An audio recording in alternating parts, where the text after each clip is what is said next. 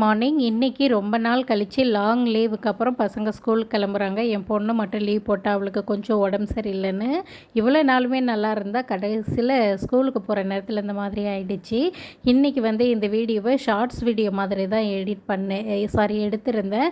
But எதை விடுறது எதை எடுக்கிறதுனே தெரியல. அதனால் இது ஒரு சின்ன மினி ரொட்டீன் மாதிரி உங்களோட ஷேர் பண்ணுறேன்.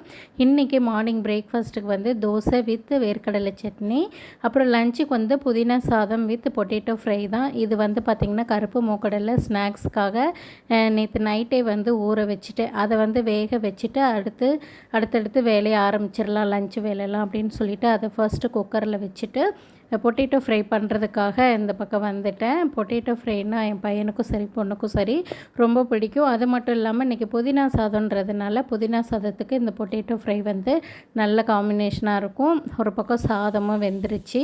சாதம் வேகிற நேரத்தில் பொட்டேட்டோ ஃப்ரைக்கு தேவையான பொட்டேட்டோஸ் எல்லாமே நான் கட் பண்ணி எடுத்துக்கிட்டு இது பார்த்திங்கன்னா ஜஸ்ட்டு ஒரே ஒரு கொதி வர வரைக்கும் தான் வேக வைப்பேன்.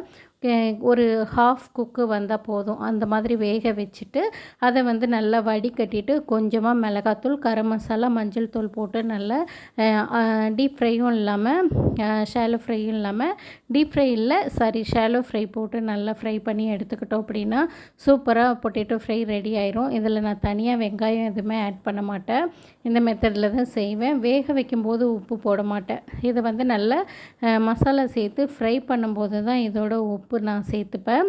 ஒரு வழியாக அது நல்லா ஃபில்ட்ரு பண்ணிவிட்டு பார்த்திங்கன்னா ஆயில் இந்த அளவுக்கு தான் விடுவேன். அப்படியே ஷாலோ ஃப்ரை மாதிரி பண்ணிக்கலாம் அப்படின்னு சொல்லிவிட்டு ஒரு 1/4 டீஸ்பூன் மிளகாய்த்தூள், 1/4 டீஸ்பூன் கரம் மசாலா, அதை விட கம்மியாக மஞ்சள் தூள் போட்டு இந்த மாதிரி எண்ணெயில் போட்டுட்டு வேக வச்ச பொட்டேட்டோவை நல்லா ஃபில்ட்ரு பண்ணி எடுத்துகிட்டு இதோடு இது பண்ணிக்கணும். தேவையான அளவு உப்பு சேர்த்து ஃப்ரை பண்ணி ஒரு 5 to 6 நிமிஷம் விட்டோம் அப்படின்னா சூப்பராக நமக்கு ரெடி ஆயிரும்.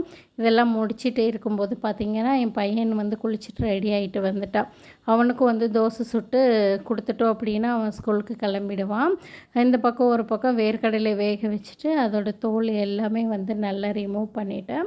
அடுத்ததாக பார்த்திங்கன்னா வேர்க்கடலை சட்னி அரைச்சிட்டேன். வேர்க்கடலை சட்னினா என் பையனுக்கும் சரி பொண்ணுக்கும் சரி எல்லாருக்குமே ரொம்ப பிடிச்ச ஒரு காமன் ரெசிபினா அது வேர்க்கடலை சட்னி தான். ஃபைனலாக தான் புதினா சாதத்துக்கு தாளிப்பெல்லாம் ரெடி பண்ணியிருந்தேன்.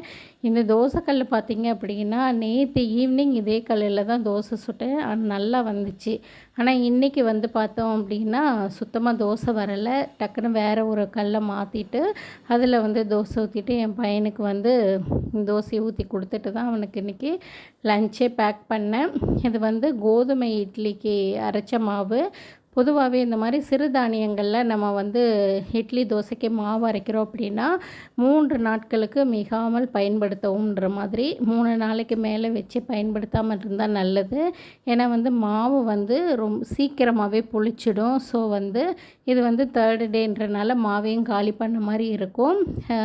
இந்த கோதுமை இட்லிக்கு மாவு அரைக்கிறது இட்லியை விட தோசைக்கு இன்னுமே சூப்பராக இருந்தது. ஃபைனலாக நான் புதினா சாதத்தை தாளித்து லஞ்ச் பேக் பண்ணேன்.